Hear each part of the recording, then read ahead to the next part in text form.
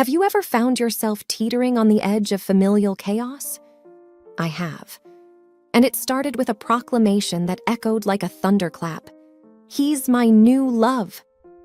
It was my sister Emma who spoke those words, and the object of her newfound affection?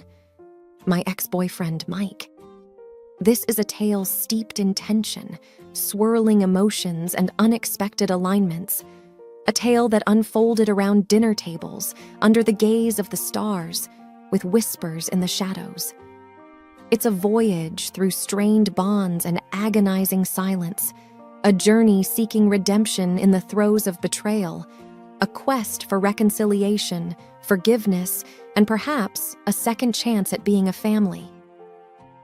My name is Jennifer, and this is my story. The day started ordinarily enough, with the morning sun casting a delicate gold haze through the blinds, whispering promises of a day yet to unfold. It was a quiet Saturday until my mom announced we were having a family dinner with a special guest. I didn't think much of it. Family dinners were pretty common in our house. It wasn't until my sister, Emma, declared, "He's my new love," that my world started spiraling. Turns out, her new love was none other than my ex, Mike. A million thoughts raced through my head. Could she really stoop this low? I questioned, my heart weighed down by a mixture of betrayal and sadness.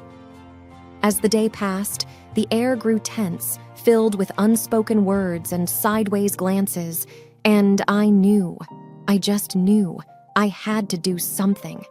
I didn't want to stoop to her level, but I was craving revenge, a small taste of the humiliation she so easily served me. As everyone started preparing for the night, I conjured up a plan. I decided to present a slideshow of all the embarrassing moments of Emma's life. I wanted her to feel the sting, the burn of humiliation, just like I did when she paraded Mike in front of me. I dug through old photo albums, scavenged through boxes filled with forgotten memories, every childish doodle, every awkward family photo that screamed awkward phase. Finally, after a couple of frantic hours, my masterpiece was ready. This will teach her the consequences of playing with someone's feelings, I thought, as a dark satisfaction settled in my chest. I set up the projector in the living room and waited for everyone to arrive, my heartbeat racing, a cocktail of anticipation and nervousness bubbling inside me. As the guests started filling the room, whispers and hushed voices merged into a symphony of suppressed curiosity. Why is the projector here? The guests wondered.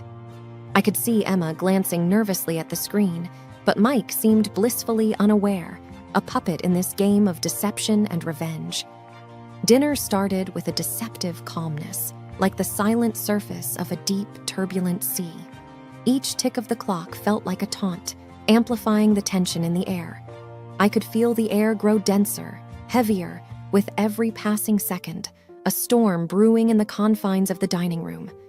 Finally, it was time to unveil my magnum opus. With my heart hammering against my ribs, I click at the remote, and the first image splashed across the screen.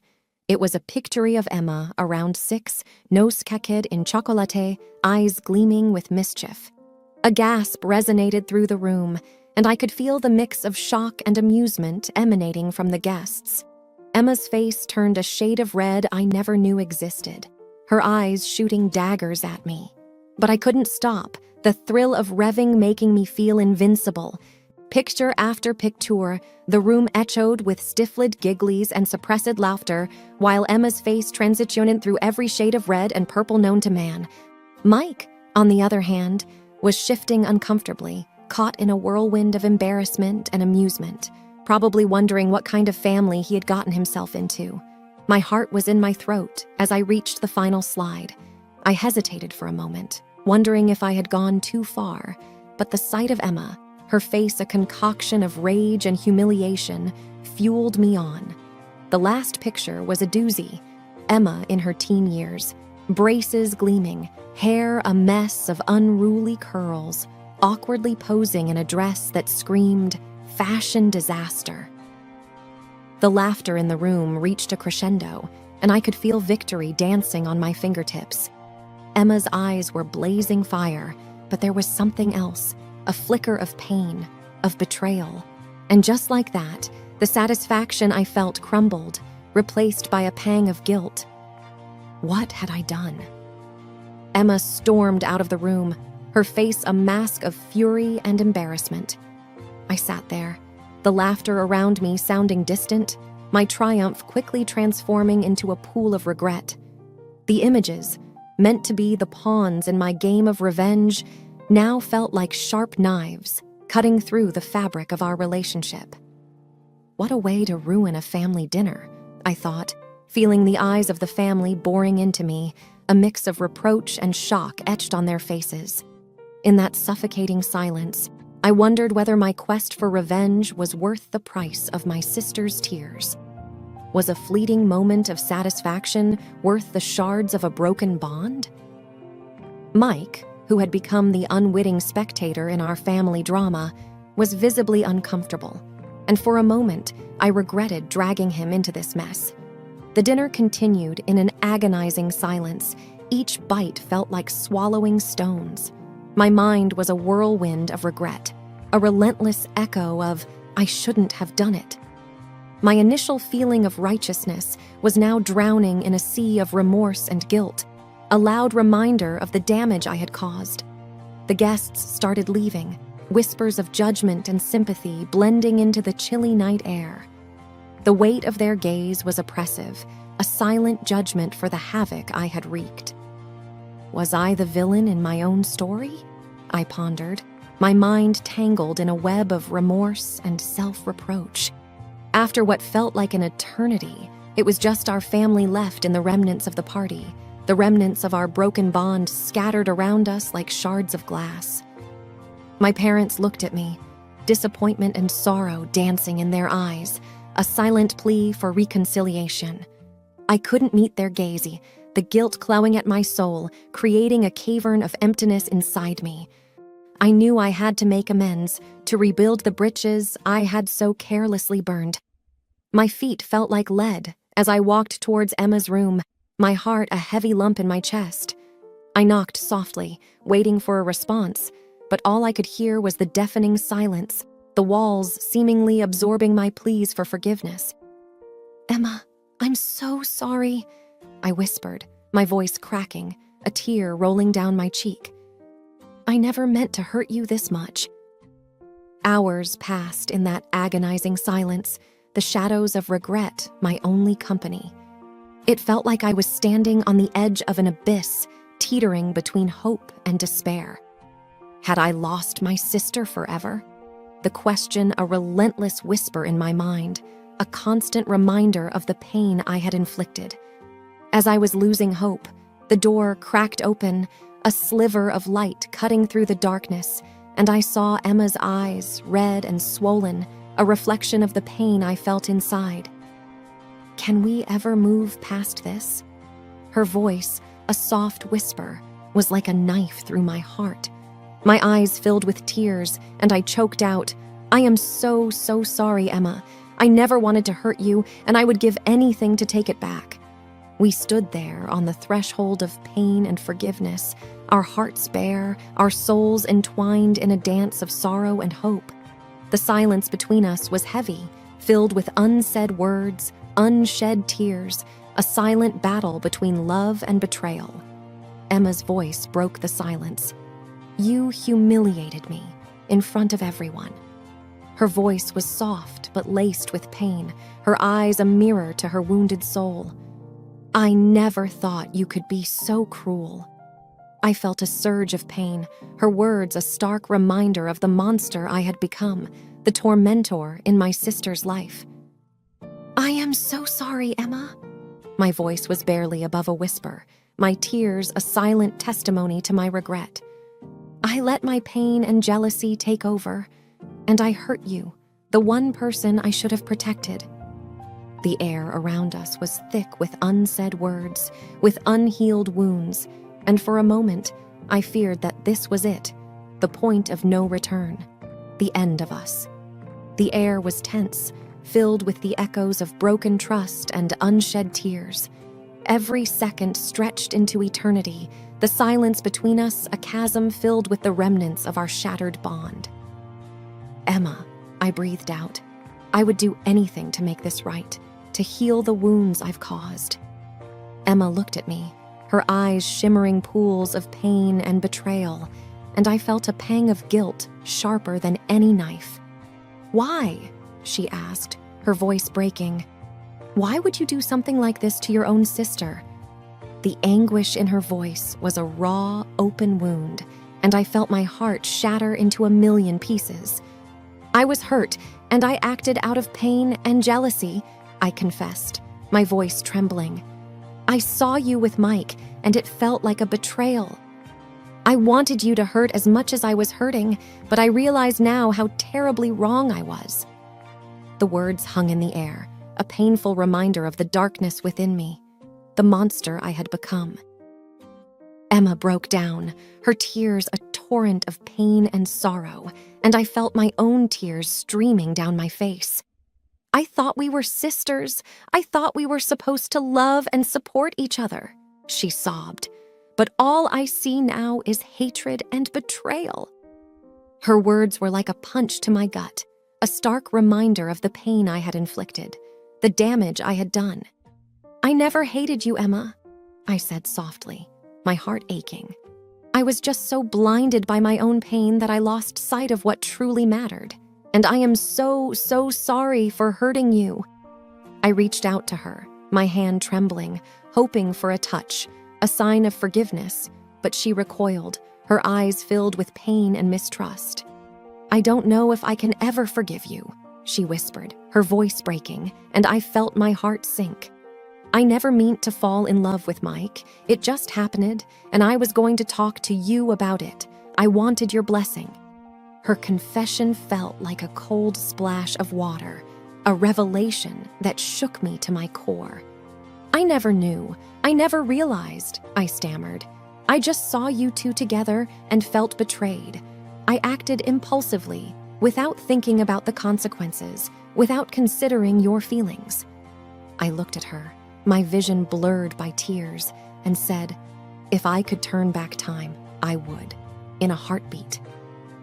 The room was filled with the echoes of our pain, our tears a silent testament to the broken bond between us. "Emma, please," I pleaded. "Please give me a chance to make this right, to mend the bond between us." My voice was desperate, filled with the fear of losing my sister forever, of being forever haunted by the specter of my actions. Emma looked at me, her eyes searching mine, and I could see the battle raging within her, the fight between love and betrayal, forgiveness and pain. "I don't know," she said softly. "I don't know if I can ever trust you again, if I can ever look at you the same way again." Her words were like a dagger to my heart, a painful reminder of the trust I had shattered, the love I had betrayed. "I will do anything to earn your trust again, to prove to you that I am not the monster I became that night," I promised, my voice filled with determination. "I will spend every day making it up to you, proving to you that I am still the sister you once loved." The air was thick with tension, with the unspoken words between us, and I could feel the weight of our broken bond pressing down on me. "I need time," Emma said finally, her voice soft. "I need time to heal, to come to terms with what happened."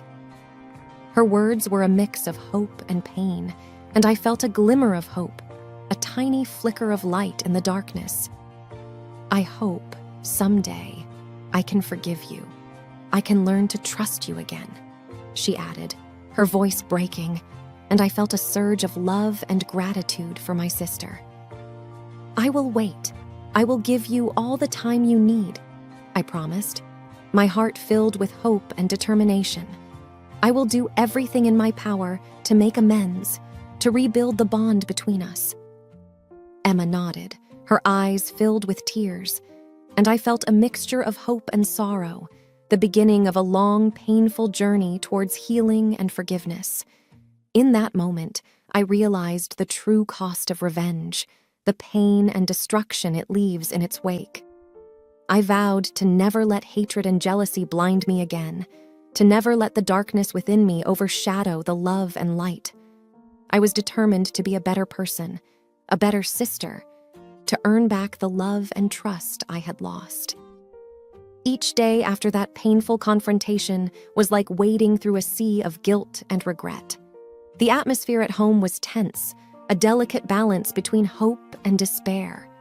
My parents, caught in the middle of our storm, were trying their best to mend the fractured pieces of our family, walking on a tightrope of pain and love. I've caused them so much pain, I thought, my heart heavy with remorse.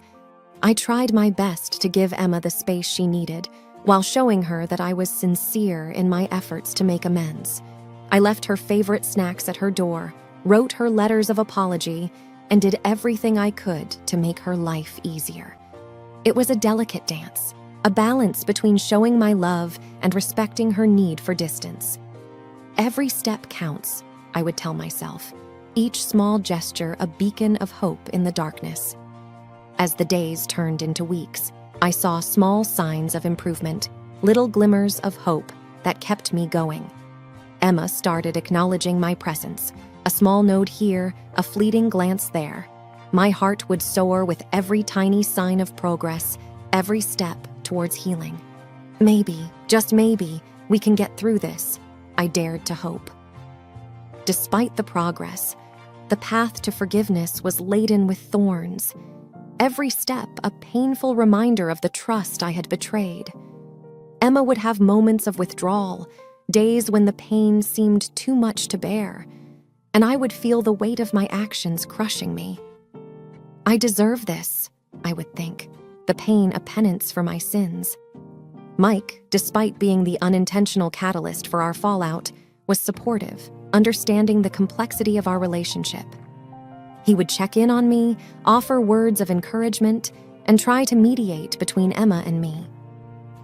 He's a good man, I thought, regretting more and more that I had lost him, but grateful that he was there for my sister. Then, one day, a breakthrough. I found Emma sitting in the living room, her eyes red and swollen, clutching one of my letters. My heart leaped, and I approached her cautiously, fear and hope warring within me. "Emma?" I asked softly, my voice trembling. She looked up, her eyes pools of pain and sorrow, and I braced myself for the storm. But instead of anger, I saw a glimmer of something else in her eyes, a flicker of longing, of love. "I've read your letters," she said, her voice breaking, "and I see how much you're trying, how much you regret what you did." A surge of hope filled my heart, and I sat next to her, my soul aching for connection, for forgiveness. "Emma, I am so sorry for everything," I said, my voice choked with tears. "I would give anything to take it all back, to make things right." Emma reached out, her hand shaking, and touched mine. It was a small gesture, but it felt like a lifeline, a beacon of light in the darkness. "I'm not ready to forgive you completely," she said softly, "but I'm willing to try, to work on rebuilding our relationship." Tears filled my eyes, and I clung to her hand, a lifeline in the storm. "Thank you, Emma," I whispered. "Thank you for giving me a chance, for letting me try to make amends." We sat there, hand in hand, a fragile truce in our battle of pain and love. Emma and I started going to therapy, individually and together, working on healing our wounds, on rebuilding trust. It was a painful process, a journey of self-discovery and growth, but it was necessary, a step towards reconciliation. We can do this, I would think, each session a step closer to forgiveness.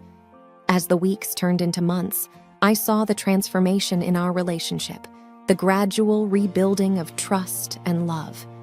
Emma started opening up, letting me in, and I did everything in my power to show her that I had changed, that I was worthy of her trust.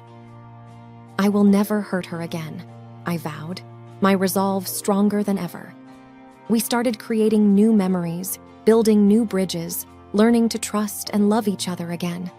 It was a slow process, a delicate dance of love and forgiveness, but we were committed, determined to overcome the shadows of the past. The months drifted by, like leaves in the wind, and the contours of our strained relationship began to smooth. The air between us was no longer electric with tension, but imbued with a tentative, fragile hope. The therapy sessions were like a balm, slowly healing the wounds and scrapes festering in our souls. Is it too much to hope? I often wondered, feeling the fragile threads of our bond strengthening day by day. Mike and Emma, meanwhile, were like two celestial bodies orbiting around each other. Their relationship, albeit fraught with its own set of complexities, seemed to be a beacon of stability amidst our turbulent lives. Perhaps it was meant to be, I pondered, watching them navigate through their shared existence with mutual respect and understanding. It was during one serene evening, the golden rays of the setting sun bathing the room in a warm glow, that Emma approached me, a tentative smile playing on her lips. I think, she hesitated, her voice barely above a whisper, "It's time for us to host another family dinner." Her words hung in the air, a fragile hope encased in a bubble. I could feel my heart racing, a flurry of emotions battling within me. Is this the moment of reconciliation we've been working towards? I thought, apprehension and hope warring within me. I nodded, unable to trust my voice, my eyes moist with unshed tears. Preparations for the dinner were like weaving a tapestry, threads of hope and fear interlacing. The air was thick with anticipation, every detail meticulously planned, each step a dance between hope and trepidation. Could this be a new beginning? I dared to believe, each gesture, each word carefully measured. The day of the dinner arrived, the air buzzing with a mixture of excitement and anxiety. I could feel the tension like a live wire pulsating through the air, and I was a bundle of nerves, my heart in my throat. Will we finally close this painful chapter? I wondered, my thoughts a tumultuous sea. As our family gathered around the table, the air was laced with a fragile, hopeful energy. Conversations were like delicate blooms, carefully nurtured, every word a step towards healing. I could see the cautious optimism in everyone's eyes, the flicker of hope dancing in their souls. This is it, I told myself, the moment of truth. And then it was time for the toast, a tradition in our family gatherings. My hand tremored as I lifted my glass, my voice shaky. To new beginnings, I declared, my eyes locked with Emma's, to love, forgiveness, and second chances. The room echoed with the clinking of glasses, the air filled with a silent prayer for healing. The moment was electric, the air charged with emotions, and I could feel the tears welling up in my eyes. Have we finally reached the shore? I pondered, my heart brimming with hope and love. It was then that Emma stood up, her glass raised, her eyes shining with unshed tears.